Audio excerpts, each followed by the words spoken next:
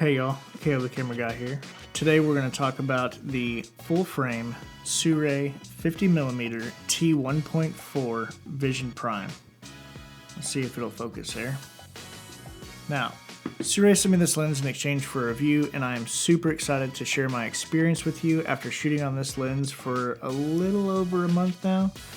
And I should have a link down below to purchase this lens if you decide to pull the trigger. Thanks for your support. So, we're going to cover the basics, go through some test footage, and talk about why you might want to buy this lens or the 3-lens set, which comes with a 24, 35, and 50mm, which at the moment is priced at almost $1,900 or around $650 for one lens. They're working on releasing a 15mm and a 75mm in the future, so you could have a nice 5-lens set for under $3,500, assuming those lenses will fall at the same price point, which is super affordable in terms of Cine lenses. Please like and subscribe if you enjoy this video, and if there's anything I didn't cover, drop a comment and ask. I'm more than happy to answer any questions you might have and appreciate any feedback on the video. Okay. I've used Sirui gear before. I have their one-step tripod. I made a video on that a while ago. I'll drop that link somewhere at the top of the video. And you can check that out if you want. And I also have some of their anamorphics, which I used to shoot a Mission Impossible parody spoof thing. Kind of like a short film. You can find that on my channel as well if you're interested. Anyways, I have always been impressed with the quality you get at such an affordable price. So I had high expectations going into this, and Sirui didn't disappoint. Let's cover the basics. First off, this lens is an absolute tank. All metal body, geared rings, smooth aperture, 270-degree focus throw. When I shoot handheld, I like to hold my front rails like this and then use my pointer and thumb to adjust focus. And this feels perfect. It's not too loose, not too tight. It's just right. You can really feel and see the quality that they put into this lens.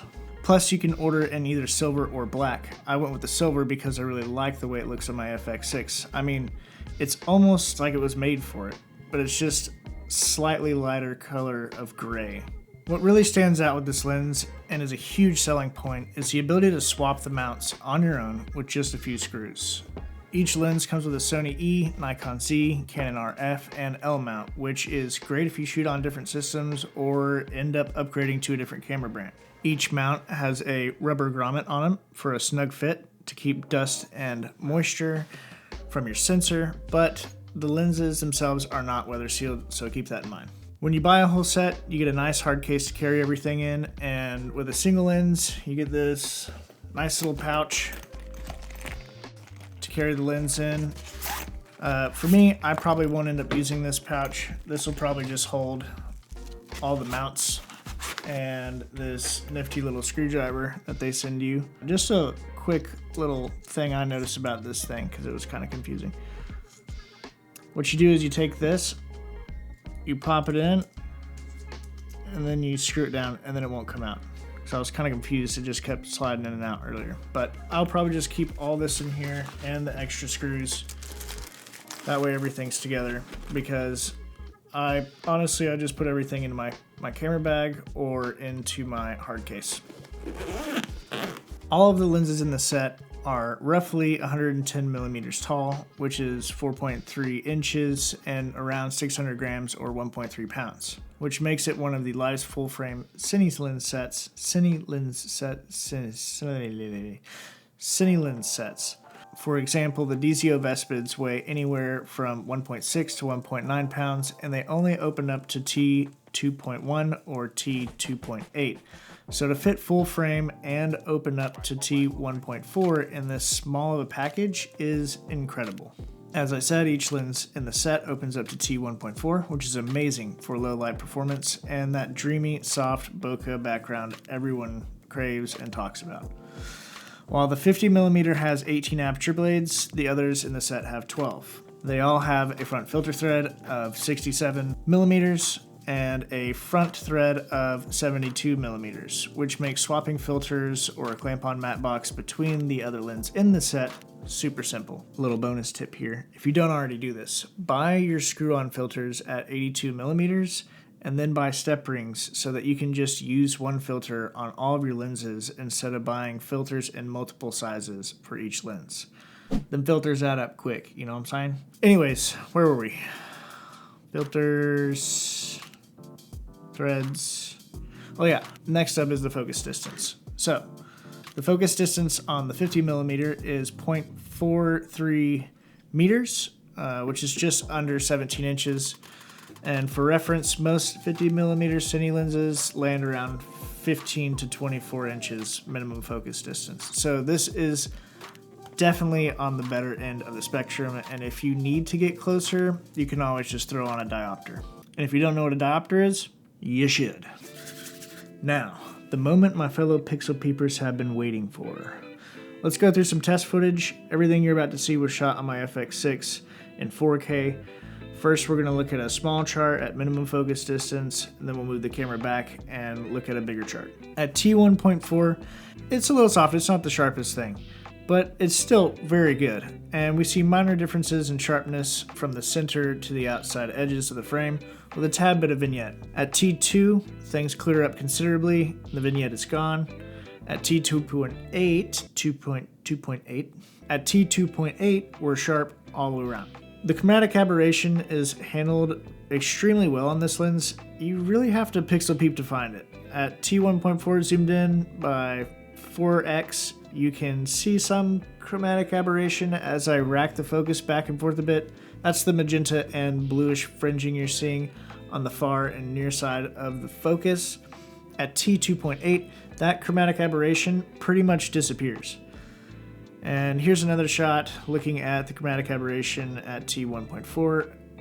Again, the fact that you have to zoom in 4 times to really notice it, to me, says it's handled pretty well. We have just a tad bit of pin cushioning at minimum focus distance, but this is kind of normal when you check a lens this close with such a wide aperture.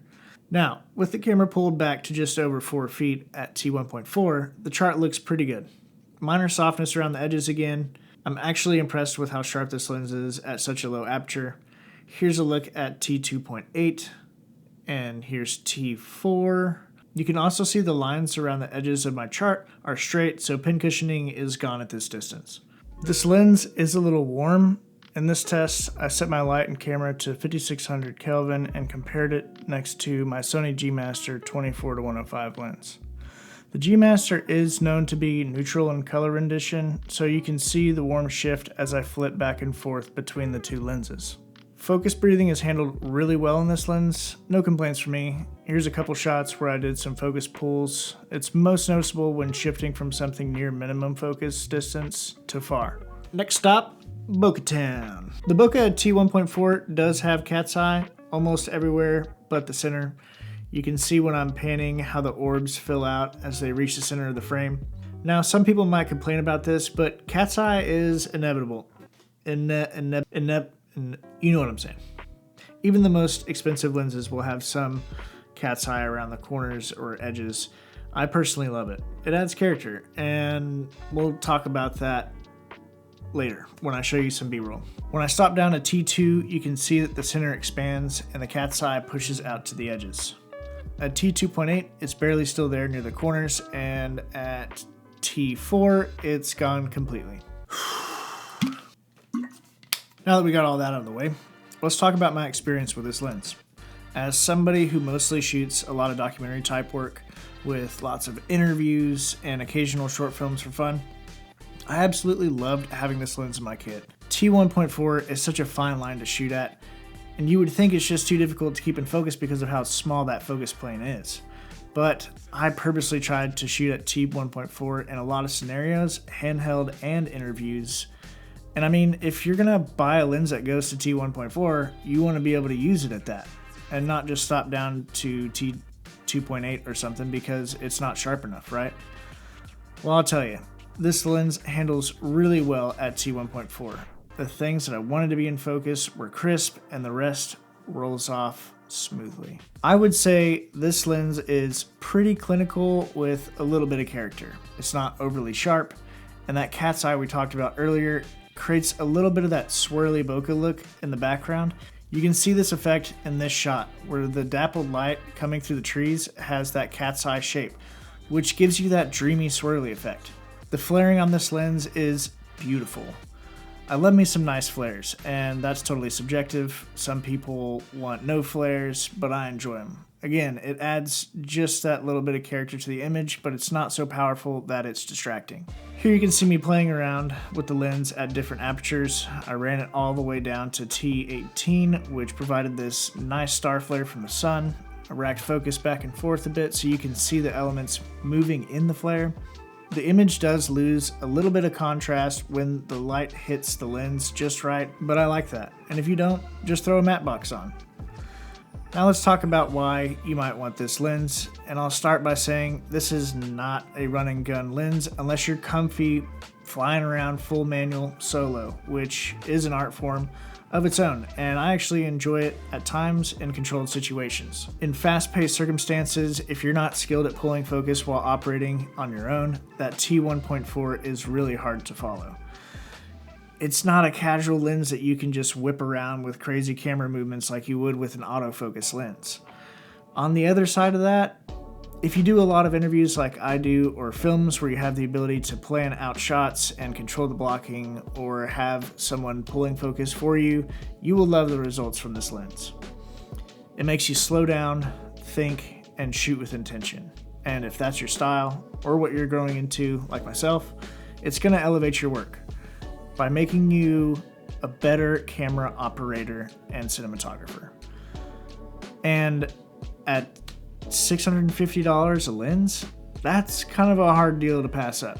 So the big question, is this lens worth it? For me, absolutely. It's gonna travel with me everywhere. And if you got questions about this lens or anything video related at all, drop a comment.